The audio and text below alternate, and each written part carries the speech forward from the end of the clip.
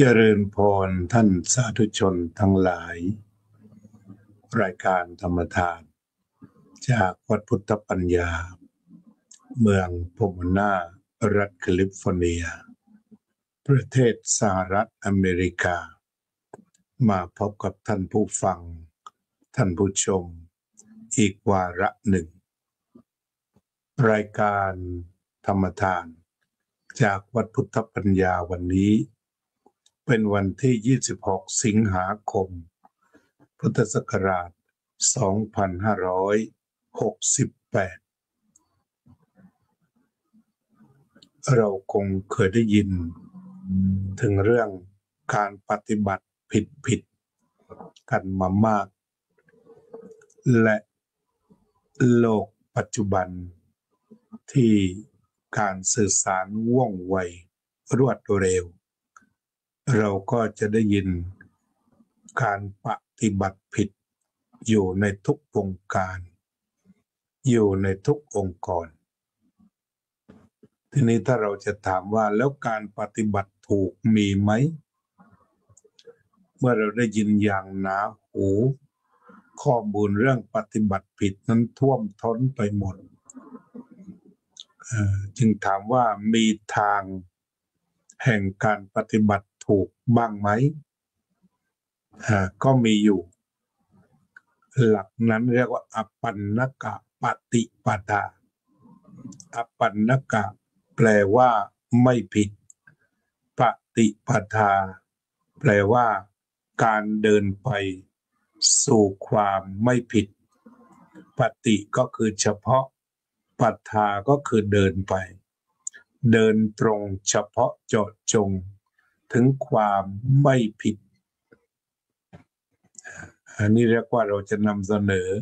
เรื่องการปฏิบัติที่ไม่ผิดเล่าสู่กันฟังการปฏิบัติไม่ผิดนั้นก็มีอยู่3ประการ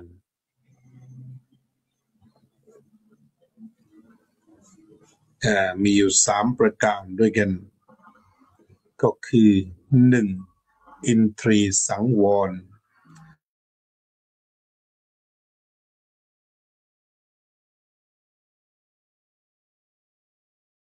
ยินร้ายในเวลาตาเห็นรูปหูฟังเสียงจมูกดมกลิ่นลิ้นลิ้มรสกายถูกต้องโผฏฐัพพะจิตใจรับธรรมารมณ์นี่ปฏิบัติไม่ผิดข้อที่1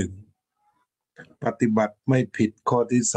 2โภชเนมัตตัญญูตารู้จักประมาณในการกินอาหารแต่พอสมควรไม่มากไม่น้อย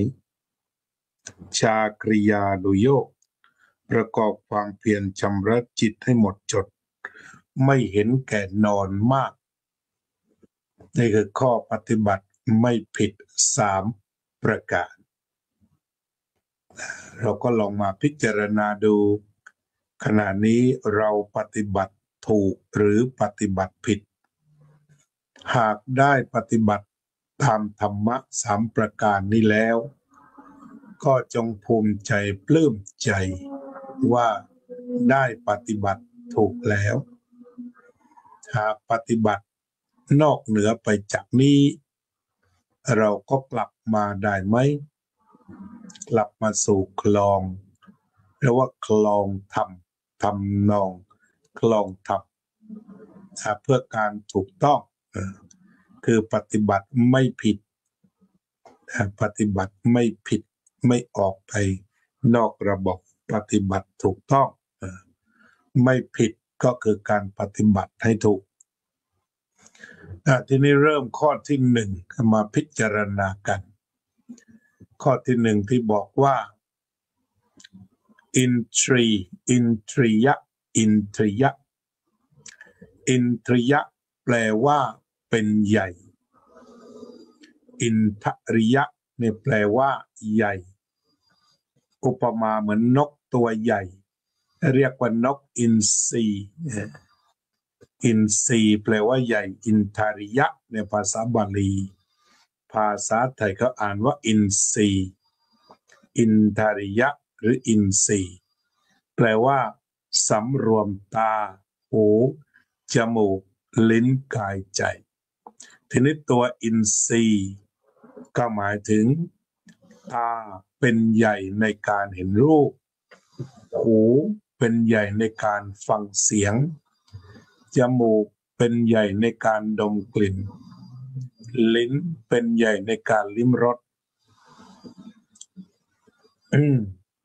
กายเป็นใหญ่ในการถูกต้องสัมผัสใจเป็นใหญ่ในการคิดในการจำในการตรึกตรองในการสร้างสรรค์ต่างๆในการจินตนาการนี่ใจทำหน้าที่เช่นนี้ฉะนั้นอินทรีย์สังวรที่ว่าใหญ่นี่ใหญ่ขนาดไหนกล่าวคือว่าเป็นใหญ่เพียงสิ่งเดียวคือตาเป็นใหญ่ในการเห็นรูปอย่างเดียวเลยพาไปทำอย่างอื่นไม่ได้หูเป็นใหญ่ในการฟังเสียงจะทำแทนไม่ได้จะขอนำตาไปฟังมิได้ใหญ่จริงจมูกเอาไว้ใช้ดมกลิ่นเวลากลิ่นดับเครื่องรับกลิ่นดับก็จบเลยแต่ในช่วงโควิด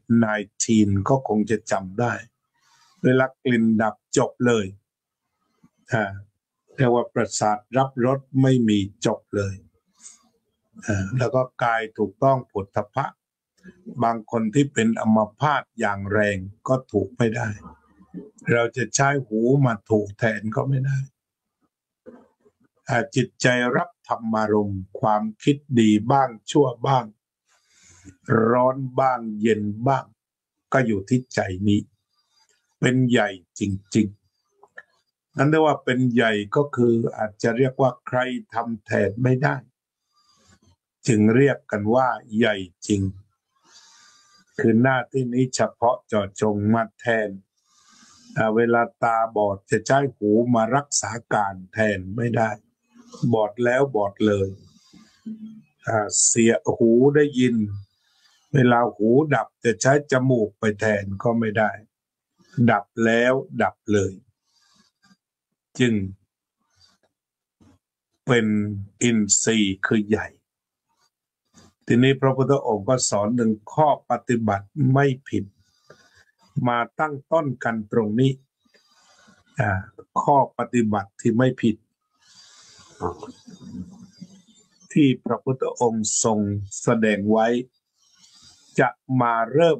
กันที่นี่จะมาเริ่มกันตรงนี้เริ่มตรงที่ระวังระวังระวังตาหูจมูกลิ้นกายใจในเวลาที่เห็นรูปฟังเสียงได้กลิ่นได้รสได้โผฏฐัพพะได้ธรรมารมณ์หรือย่อให้สั้นลงเอาเฉพาะผัสสะระวังระวังเมื่อเห็นระวังเมื่อได้ยินระวังเมื่อดมกลิ่นระวังเมื่อลิ้มรสระวังเมื่อถูกต้องโผฏฐัพพะระวังเมื่อต้องคิดต้องตรึกต้องตรองในธรรมารมณ์ทีนี้ระวังตรงกับธรรมะข้อไหนระวังระวังก็คือการใช้สติตัวที่จะทำหน้าที่ระวังคือสติระวังเวลาที่เห็นระวังเวลาที่ได้ยินระวังในเวลาที่ดมกลิ่นระวังในเวลาที่ลิ้มรสระวังในเวลาที่ถูกต้องสัมผัสระวังในเวลาที่คิดระวังตัวนี้ก็คือสติมีสติอยู่สม่ำเสมอเวลาที่ต้องเห็นต้องได้ยินต้องได้กลิ่นต้องได้รสต้องได้โผฏฐัพพะได้ธรรมารมณ์ระวังอะไร มีต่อไประวังอะไรระวังเพื่อไม่ให้เกิดอะไรบ้างอย่างลงบันไดระวังจะตกบันไดถ้าไประวังตอนลงบันไดถ้าไประวังตอนขับรถก็ระวังไม่ให้รถชนกันระวังเมื่อเดินข้ามถนนเพื่อปลอดภัยจากการรถจะมาชนระวังเวลารับประทานอาหารจะได้ไม่สำลักระวังเวลากลืนจะได้ไม่สำลักระวังเวลาดื่มน้ำก็โอกาสสำลักน้ำได้เหมือนกันตรงนี้ก็คือระวังเพื่ออะไรระวังไปทำไมระวังเพื่ออะไรทีนี้อินทรีย์ก็เหมือนกันที่ต้องระวังคือระวังไม่ให้ยินดีและยินร้ายคำนี้เป็นภาษาวัดแบบล้วนๆไปเลยต่อจากนั้นก็มีผู้มาขยายความว่ามิให้ชอบหรือมิให้ชังระวังใจไม่ให้ชอบหรือมิให้ชังสองประการก็พอรู้เรื่องคือชอบกับชังเมื่อเห็นอะไรเห็นแล้วจบเลยได้ยิ่งดีอย่าให้ใจติดค้างว่าชังหรือชอบเวลาได้ยินมาแล้วก็ปล่อยไปเลยไม่นำมาคิดมานึกมาตึกมาตรองถ้าพามาคิดอีกถ้าชอบมันก็ความชอบจะเพิ่มขึ้นและกวนใจจนไม่มีความสุขหากได้ยินแล้วไม่ชอบเอาความไม่ชอบมาปรุงต่อความทุกข์ก็จะกัดกร่อนใจไฟก็จะเผาฉะนั้นความชอบก็มีโอกาสแปลงเป็นไฟมาเผาใจได้เมื่อปรารถนาแล้วไม่สมปรารถนาก็เป็นทุกข์เวลาชังก็เผาใจตั้งแต่แรกแต่สลัดไม่หลุดตัดใจไม่ได้ไฟแห่งความชังก็ไหม้ขยายลามต่อไป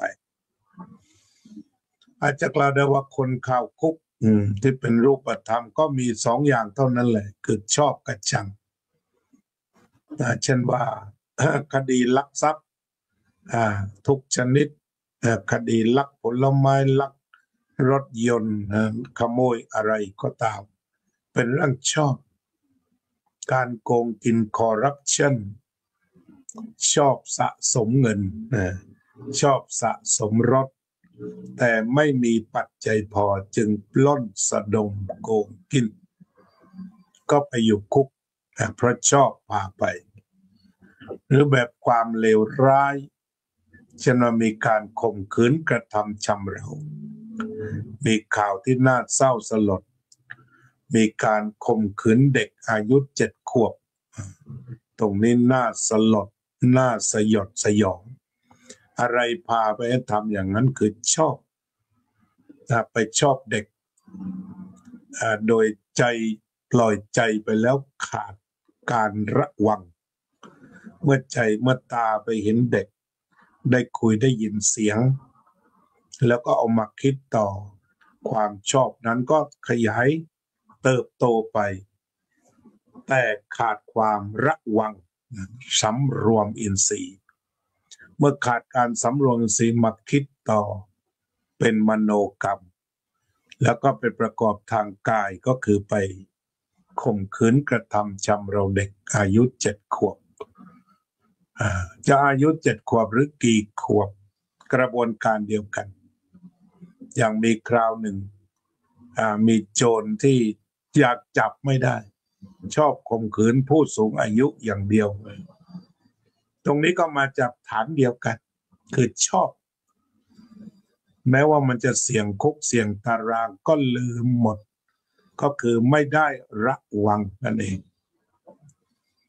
ตลอดถึงการโกงเงินโกงทองก็เกิดมาจากชอบเงินก้อนใหญ่ก็พากันไปโกง อย่างเช่นกรณีท่านอาจารย์อลงกฎเขาบริจาคเงินมาที่จะดูแลผู้ป่วยที่ท่านดูแต่ท่านเองก็ชอบลูกน้องก็ชอบที่ดินก็พาไปซื้อที่ดินแทนก็ปฏิบัติใช้เงินไม่ถูกวัตถุประสงค์ตอนนี้ก็เรียกว่าอาจจะต้องมีการผิดคดีต่างๆก็มาจากความชอบที่ไม่ได้ระมัดระวังต่อไปความชังก็น่าจะเห็นกันแล้วการยิงกันการฆ่ากันการทำร้ายกันมาจากความชังทั้งหมดการรบกันในระหว่างชาติก็มาจากความชังเลยการทำร้ายกันการฟ้องร้องกันให้ถึงโรงถึงศาลที่หลายคู่ก็ใช้ความชังกันนี่แหละไปฟ้องไปขึ้นศาลไปเรียกเงินอันนี้เพราะฉะนั้นความชังกับความชอบเมื่อประกบใจของใครก็มีแต่ร้อนก็มีแต่ทุกข์พระพุทธเจ้าจึงบอกว่าทางที่ไม่ผิดก็คือสำรวมก็คือรับรู้ไม่ใช่ไม่รู้ไม่ชี้คำว่าสำรวมไม่ใช่ไม่รู้ไม่ชี้อะไรเพียงแต่ว่ารู้แล้วไม่ติดอยู่ในตาข่ายแห่งความชอบชังไม่ติดบ่วงความชอบชังทั้งในรายหยาบและรายละเอียดใดๆไม่ติดบ่วงนั้น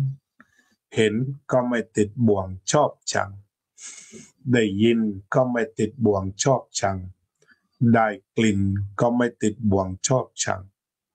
ได้โผฏฐัพพะก็ไม่ติดบ่วงชอบชังได้ธรรมารมณ์ก็ไม่ติดบ่วงชอบชัง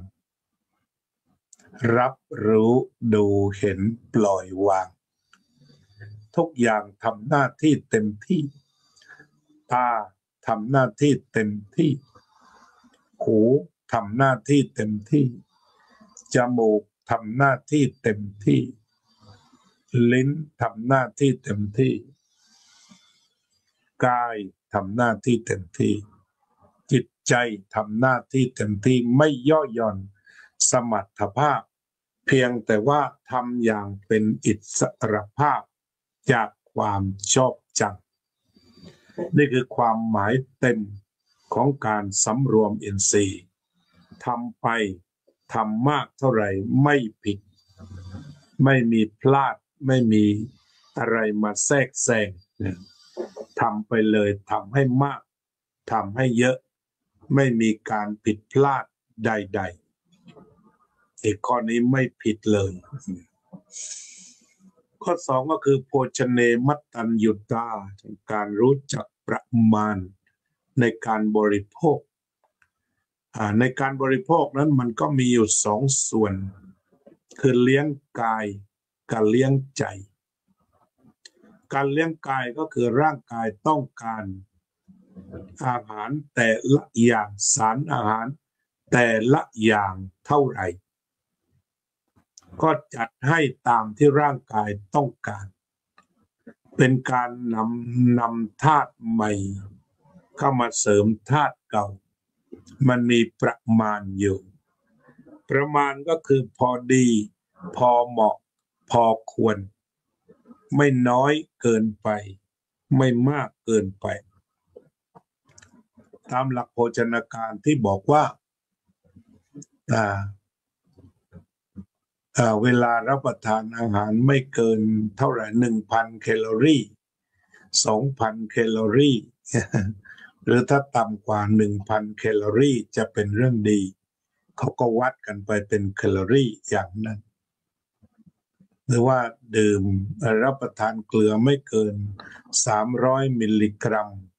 น้ำตาลไม่เกิน300มิลลิกรัมอันนี้ก็เป็นสมมุติเป็นการสมมุติขึ้นมาทีนี้ก็ทานพอประมาณ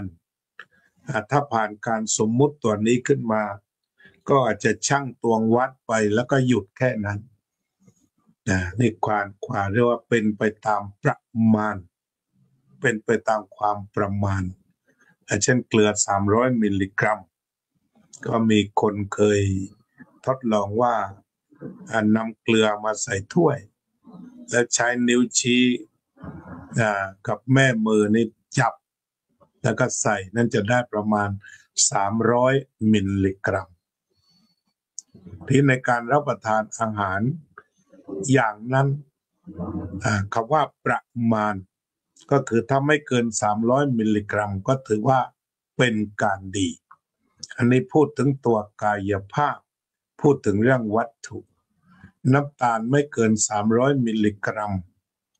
ก็เรียกว่าประมาณ1ช้อนชาไม่เกิน2ช้อนชาถ้า3ช้อนนี่ไปไกลนี่เรียกว่ารู้จักประมาณ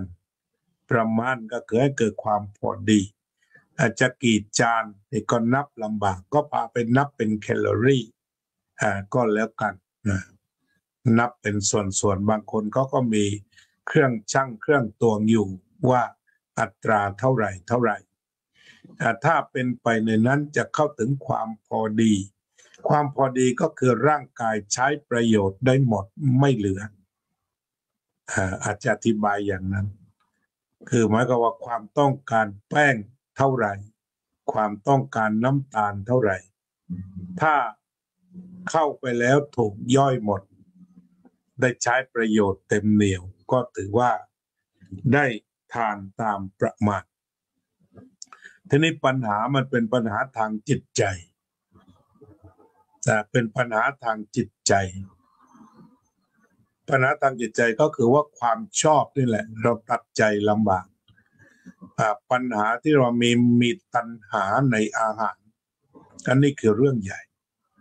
พอเกิดตัณหาในอาหารนี่เราจะลืมมาตรการต่างๆเช่นบอกว่าเราจะกินน้ำตาลไม่เกิน300มิลลิกรัมถ้าเราเจอไอศครีมเข้า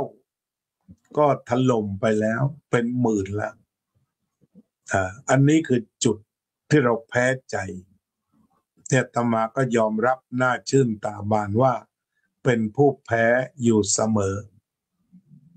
ก็พยายามต่อสู้ยับยั้งชั่งใจเป็นเบาหวานอยู่เนี่ยแต่ทีนี้ส่วนมากแพ้ใจแพ้ตัณหาไม่ใช่แพ้ใจคืออยากกินนั่นเองสมมติว่าเขาต้องการน้ำตาล300มิลลิกรัมแต่เจอปลากุเราทอดกว่าจะอิ่มก็หลายหมื่นมันจะต้องปฏิเสธไปทั้งยวงขาดจึงจะได้ยกตัวอย่างบางอย่างก็ต้องกินบางอย่างก็ไม่กินเลยคำว่าประมาณนี่นะมันได้หมายว่ากินเท่าไหร่ไอศครีมครึ่งถ้วยปลากุเราซีกหนึ่งอะไรเนี่ยแต่ว่ามองในตัวเนื้อหาของเขาว่าแต่มันเนื้อหาความต้องการของร่างกายเท่าไหร่ทีนี้จุดที่เราพ่ายแพ้ก็คือแพ้ใจเช่นเราเป็นเด็กบ้านนอก ถูกอนุสัยว่าให้กินของเค็มจะได้กินข้าวเยอะๆปลาชิ้นเล็กๆแล้วก็กินข้าวไปสัก3 ชามอย่างนี้ก็ถูกอบรมบ่มเพาะสิ่งแวดล้อมมันเป็นอย่างนั้น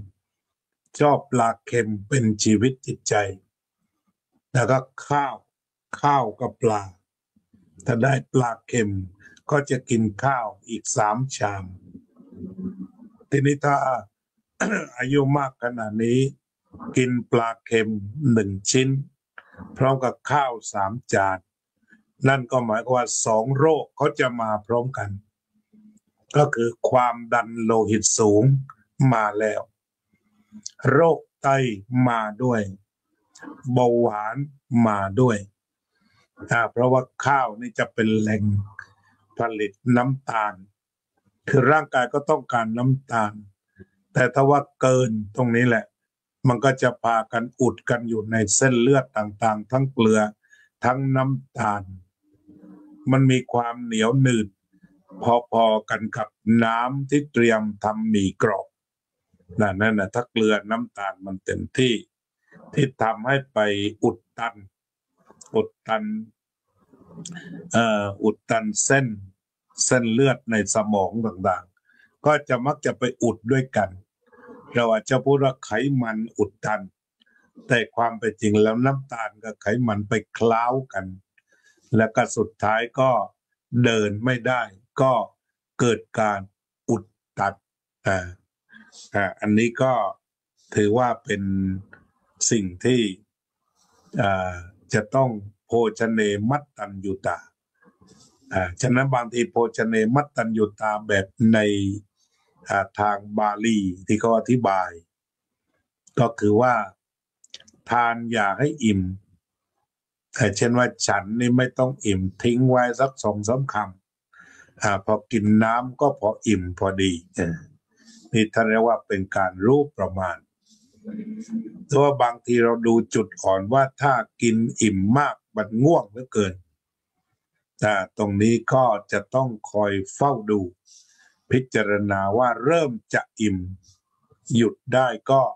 หยุดเลยงั้นกะประมาณอาหารรู้จักประมาณก็คือกะประมาณตั้งแต่ต้นตั้งแต่ตักก็คือกะประมาณให้น้อยเข้าไว้แล้วมันก็จะพอดีแต่ถ้าว่าปล่อยใจว่าอันนั้นก็น่ากินอันนี้ก็น่ากินอันนั้นก็น่ากินผลออกมาก็คือเหลือ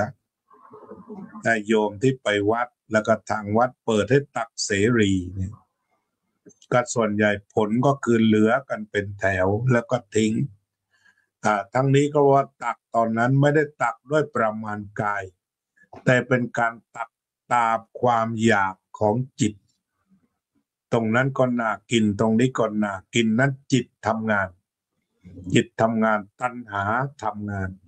บอกจิตว่าเป็นอย่างนั้นบอกจิตว่าเป็นอย่างนี้จิตก็มาบอกกายให้ไปทำอย่างนั้นก็เลยการบริโภคเอาไม่อยู่ในการที่จะบริโภคตามประมาณเกินประมาณอยู่เสมอบริโภคแล้วทะลุเสมอเกินประมาณเสมอเพราะฉะนั้นข้อนี้พระพุทธเจ้าเคยสอนพระเจ้าประเสนที่โกศลที่กินข้าวแล้วง่วงเหลือเกินพระพุทธเจ้าสอนและอาตมาก็พามาตีความเป็นไทยว่ากินน้อยย่อยง่ายเบาสบายร้ายโรคาอายุยืนนะคือถ้าบริโภคน้อยก็จะทำให้เครื่องย่อยทำงานน้อยลงเมื่อเครื่องย่อยโดยเฉพาะตับที่ทำงานหนักจะต้องไปย่อยมันจะต้องไปย่อยของหวานอะไรเข้าไปสู่ตับทั้งหมดเนี่ยมันก็จะเบางานลงงานเบาลงถ้าเราทานแต่น้อยเรียกว่าถ้าไม่หยิบไขมันใส่เข้าไปไม่หยิบหมู3 ชั้นใส่เข้าไปมันก็จะทำงานได้น้อยแต่ก็ย่อยสบายสมมติส่งผักต้มเข้าไปพอจะยังชีพเนี่ยก็ทำให้ตับทำงานสบายในวันนั้นคือไม่โหมหนักแต่ถ้าว่าทานมันชนิดที่ว่าตลอดเวลามันทุกชนิดใส่เต็มที่มันสัตว์หรือการกินเสือร้องไห้อะไรที่ก็กินกันมาทางคลิปทางโทรศัพท์ตอนนี้มันก็จะทำให้เกิด fatty liver ในที่สุดนั่นคือหมายก็ว่าไขมันพอกตับทำไมมันพอกก็มันไปทำงานอยู่ที่นั่นเหมือนกับเราลองเอาง่ายๆเอาจานขาประจำมาสักลูกหนึ่งแล้วก็ล้างแบบไม่ต้องมีสบู่ไปล้างเองกินเองอย่าปนกับคนอื่นเนาะเก็บไว้อย่างนั้นมันเยิ้มก็วางไว้สัก3-4 วันจะเห็นได้ว่าไม่ต้องนานมันก็เกลอะกรังเต็มจาน งั้นในตับก็เช่นกันถ้ามันส่งเข้าไปแต่เพียงไขมันก็ต้องมีไขมันเกลือกรังฉะนั้นการรับประทานพืชเข้าไปรับประทานไฟเบอร์เข้าไปสิ่งเหล่านี้ถ้ามันมากมันก็จะไปช่วยล้างในขณะที่ตับทำหน้าที่ย่อยก็มีสิ่งเหล่านี้เข้าไปแทนแต่ว่าน้ำผักมันก็เข้าผ่านไปถ้าเป็นน้ำผักมันผ่านไตก็สบายไม่มีตะกอนนอนก้นที่น่ากลัวแต่ถ้าเป็นไขมันก็มีที่นอนก้นไม่นอนอยู่ที่ไตอีกมันก็ไปทุกจุดเลยนั่นคำว่าประมาณหมายถึงว่ารับประทานเข้าไปแล้วร่างกายย่อยได้หมดdigestionได้หมดนี่คำว่าโภชเนมัตตัญญูตาสมัยก่อนเวลาประเคนเราว่ากันเลยกินน้อยย่อยง่ายเบาสบายไร้โรคอายุยืนอันนี้พระพุทธเจ้าสอนพระเจ้าปเสนทิโกศลไว้อย่างนั้นก็เป็นอันว่าท่านมีวิชาการเข้าไปช่วยคือกินว่าให้มัน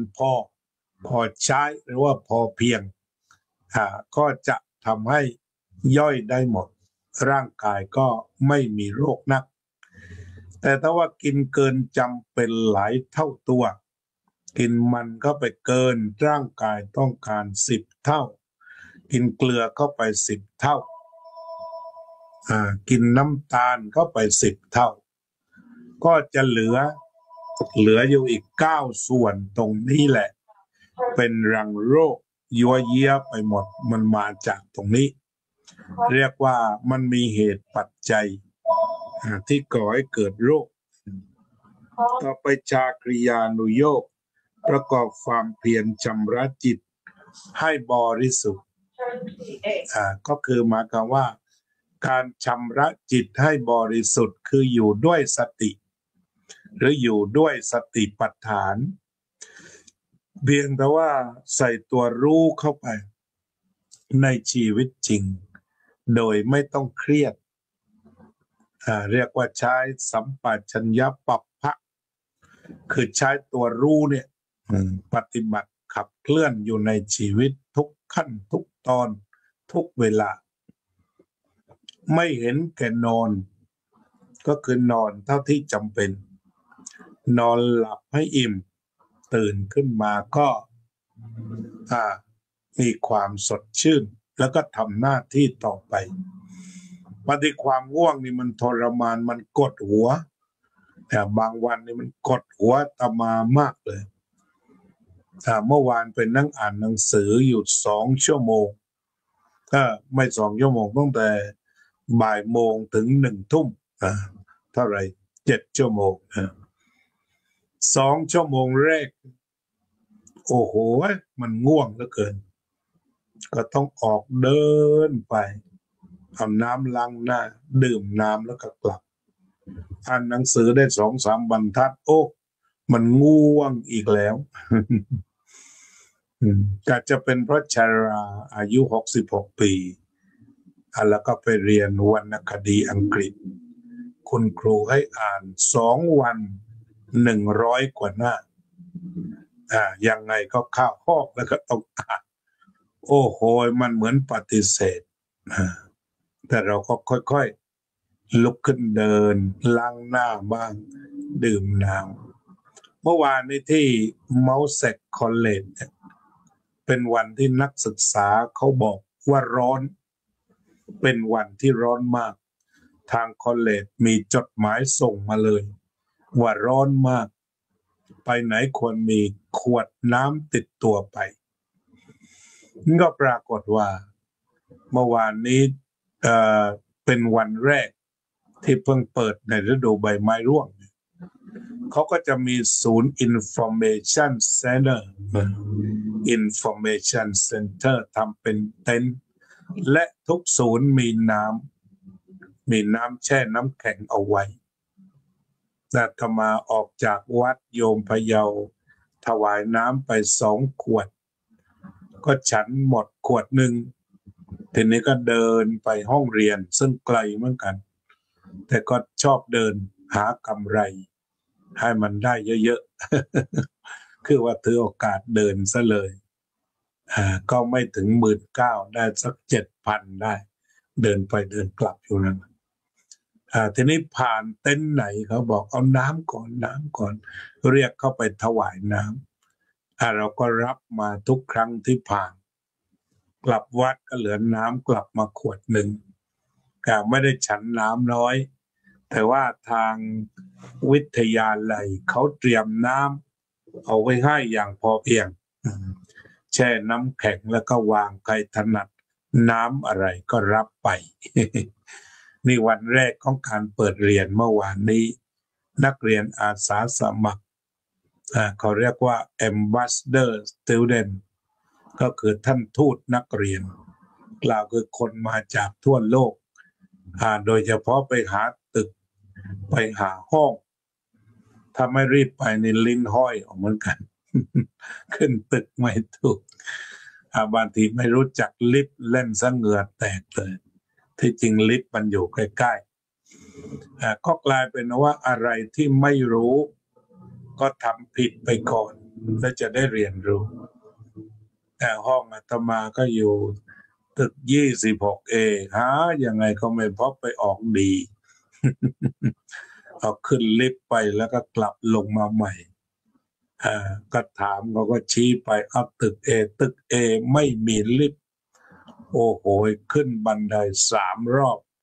เหงื่อซกเลยแล้วก็สุดท้ายพอมาศึกษาดี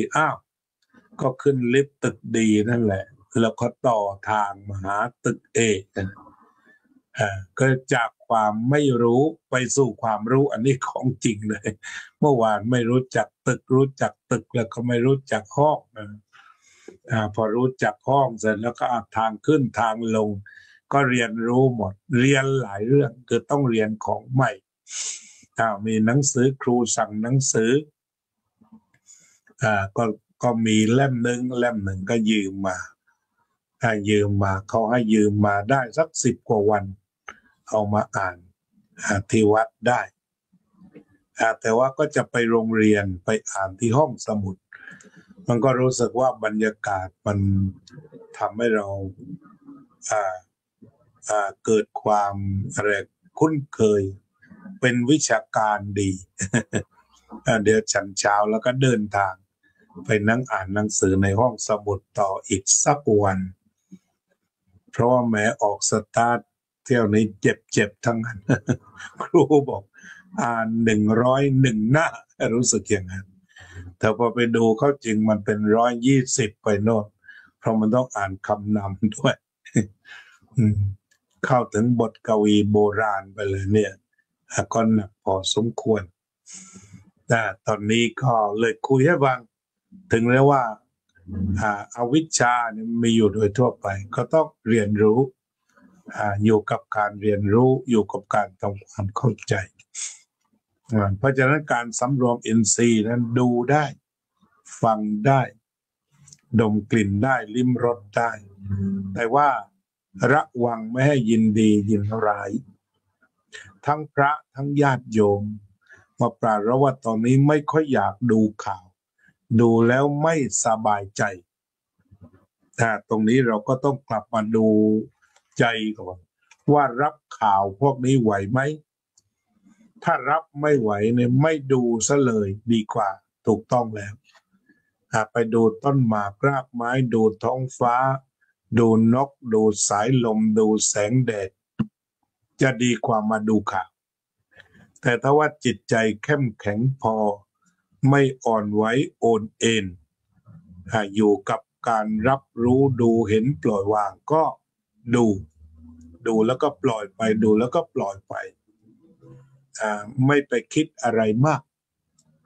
เพราะต้องเข้าใจว่าคิดอะไรมันก็เปลี่ยนอะไรไม่ได้ทุกอย่างมันเป็นไปแล้วเป็นไปก็อยู่กับความเป็นไปยอมรับความเป็นไปที่ปรากฏขึ้นเราก็จะได้ปัจจุบันขณะคืออยู่กับความเป็นจริงเสมอ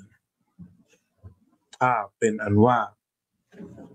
ต่อไปเราก็จะมาเข้าสู่ความจริงคือสมาธิภาวนามาดูลมหายใจในลีลาที่นำความสงบมาให้เชิญ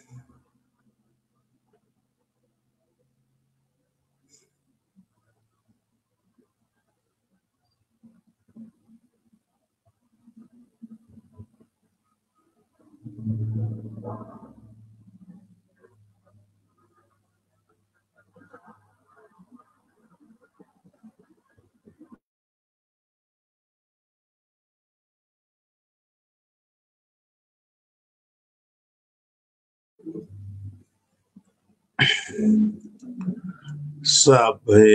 สัตตาสัตว์ทั้งหลายที่เป็นเพื่อนทุกข์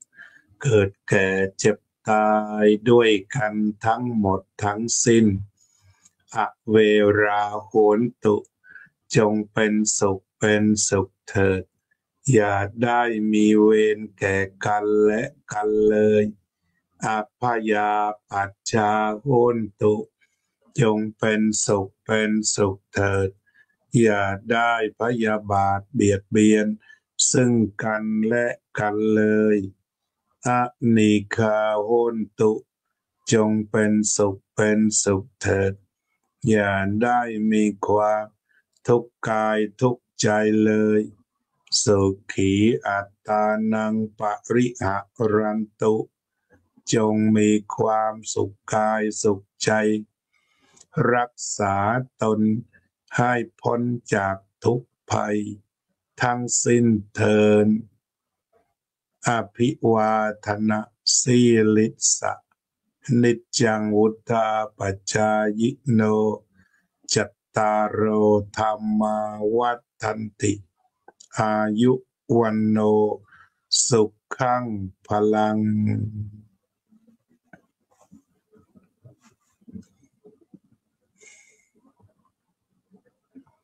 ท่านสาธุชนทั้งหลายได้ฟังธรรมเรื่องข้อปฏิบัติไม่ผิดแล้วออกความเห็นกันหน่อยชอบไหมคิดว่าพอจะทำได้ทำอย่างไรลองช่วยกันออกความเห็นมาคนละเล็กคนละน้อยเป็นการส่งเสริมการสนทนาแบบสองทางเจริญพรโยมไพจิตเจริญพรโยมพรทิพย์กัญญาภิพัฒน์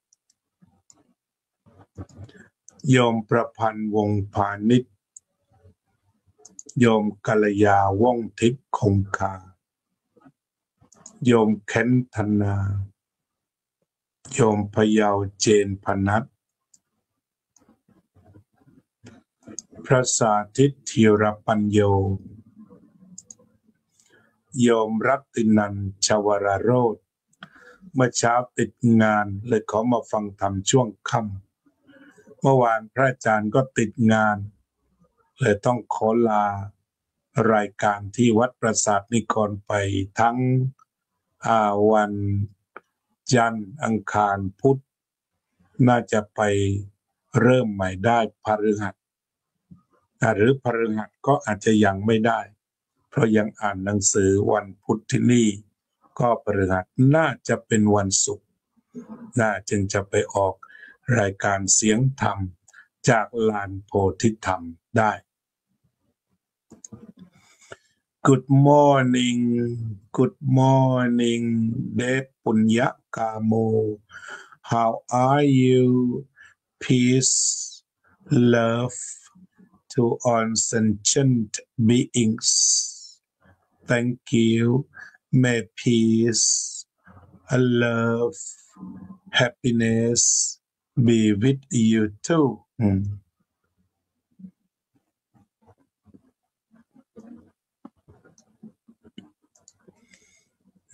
โยมทิติมามาเดอโยมทิติมามาถือโยมวรวิทย์จิตจาตุรันโยมสุพนิกาฉายาลักษณ์โยมทัพพิชาแสงสวัสดิ์โยมสมควรกตาธิการ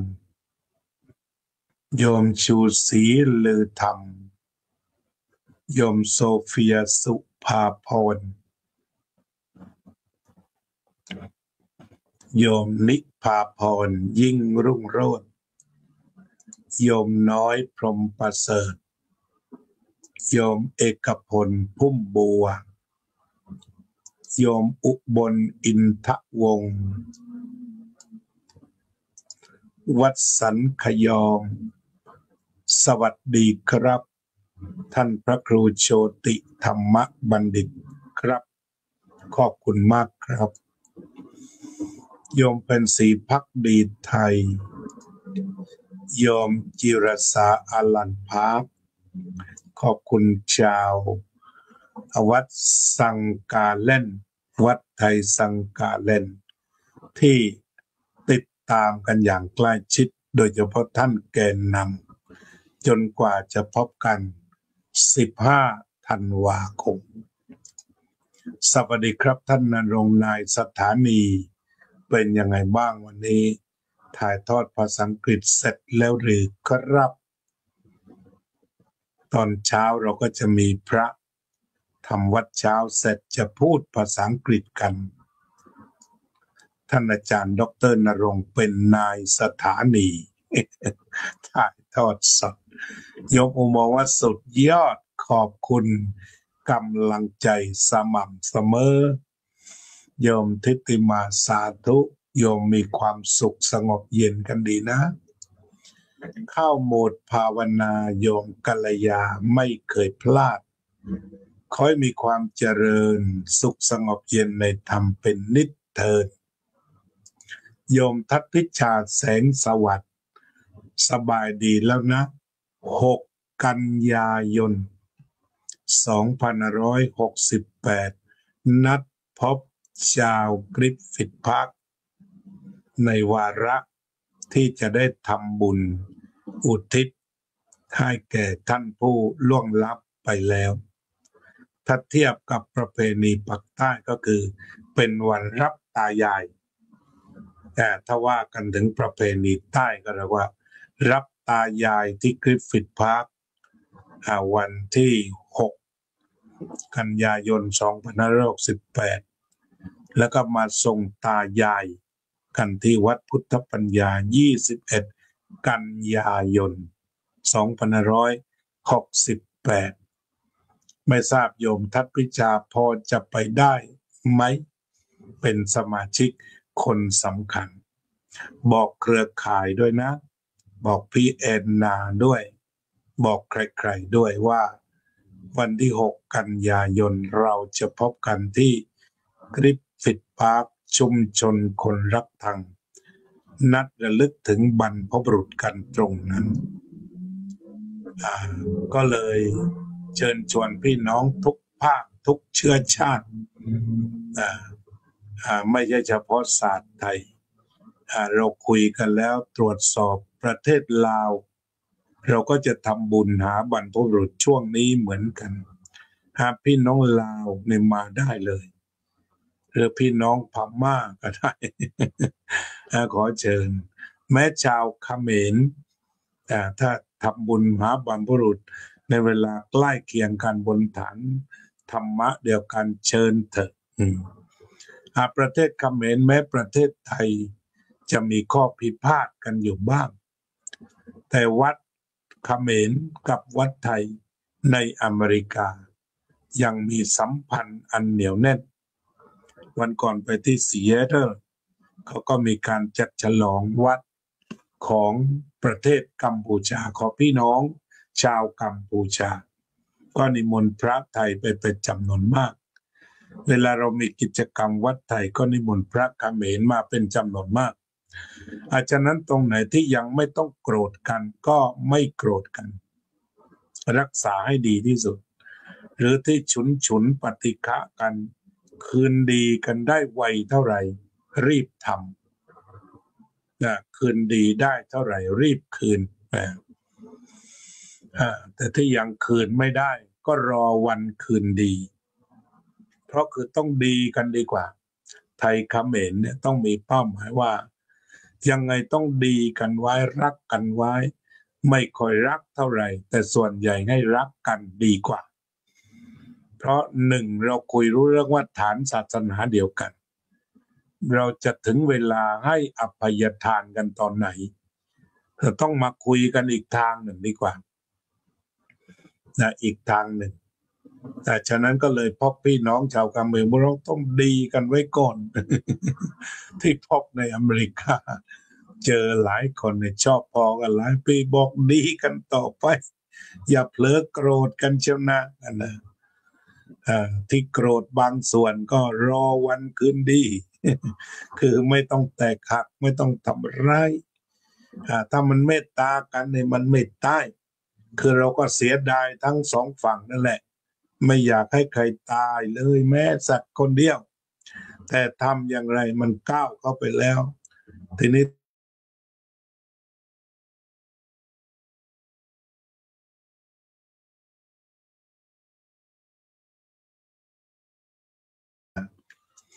อันนี้ก็พูดถึงพี่น้องชาวเขมรทุกจุดแล้วก็เรื่องบางเรื่องคือควรจะทำเท่าที่จำเป็นเช่นเรื่องฝ่ายความมั่นคงก็ให้ทหารซึ่งเขาเรียนมาทุกรูปแบบเรียนมาพร้อมให้ทหารเขาทำที่นอกเหนือจากนั้นเช่นว่าการศึกษาเนี่ย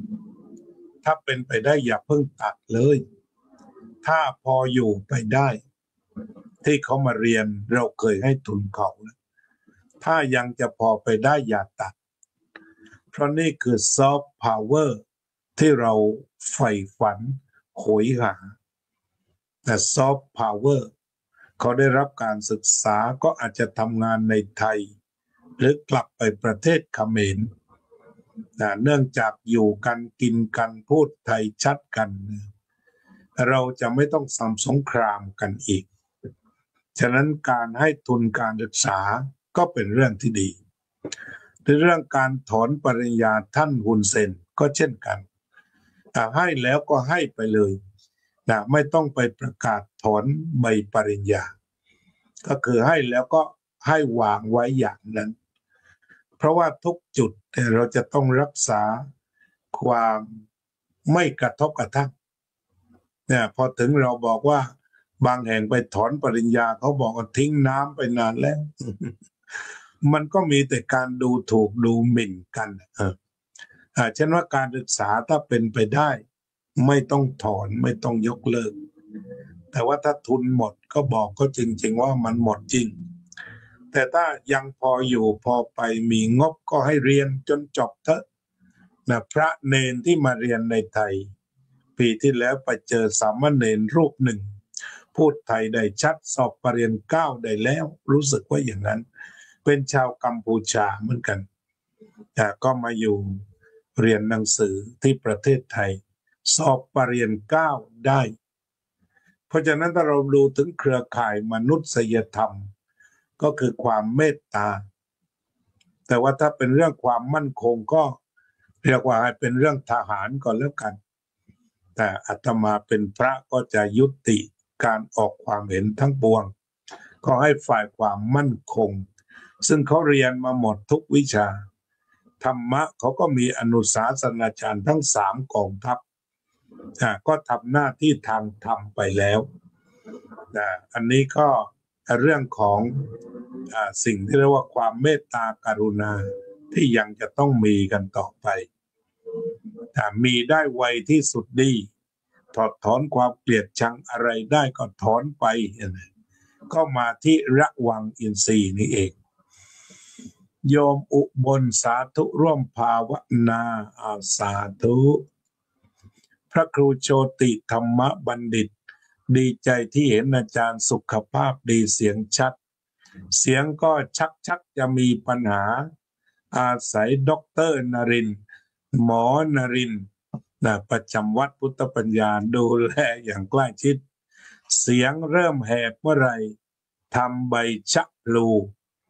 ใส่เกลือใส่มะนาวใส่ขิงเข้า5 ชุด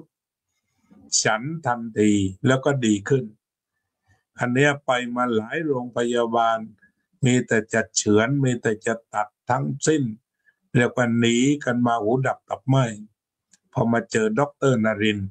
สบายตั้งใจเคี้ยวหน่อยใส่พริกใส่เกลือใส่ขิงแล้วก็ห่อในใบชะพลูเสียงก็ได้กลับมาครับได้คนดูแลดีครับ โยมพรทิพย์กัญญาพิพัฒน์โยมไพจิตโยมประพันธ์พยายามหาความเป็นเช่นนั้นเอง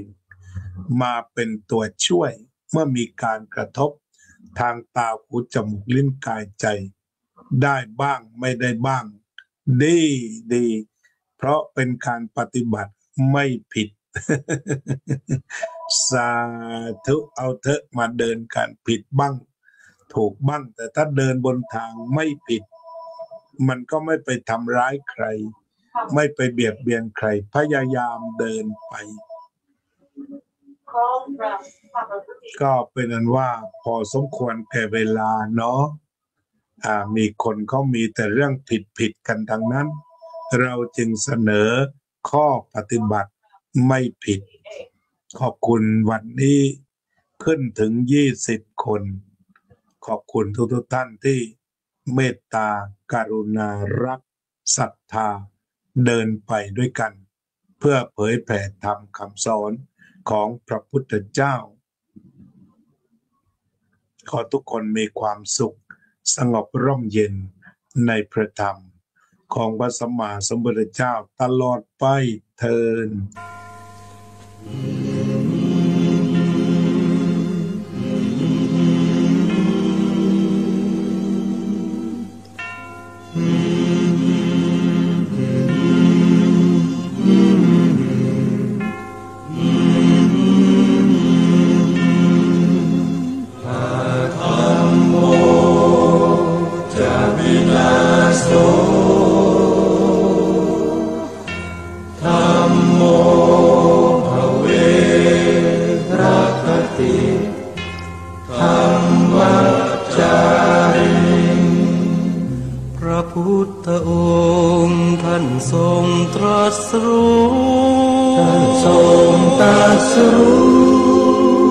เป็นสัพพัญญูตรัสสอนความจริงว่าธรรมะย่อมชนะทุกสิ่งเป็นที่พึงพิงแก่ผู้ประพฤติชอบธรรมธัมโมจะวินาโสธัมโมภเวรัคติธัมมัจจาริอำนาจใดๆก็ตามย่อมถึงความพินาศถ้าขาดธรรมะประจำไม่มีใครอยู่ค้ำฟ้าเราต่างเกิดมาใช้กันจงอยู่ในศีลในธรรมคิดทำแต่กรรมที่ดีธัมโม จะวินาโสธัมโมภเวรัคขติธัมมัจจาริธรรมส่องสว่างสู่ทางสุขสีคำจุนโลกนี้นิรันดร์ธัมโมจะวินาโส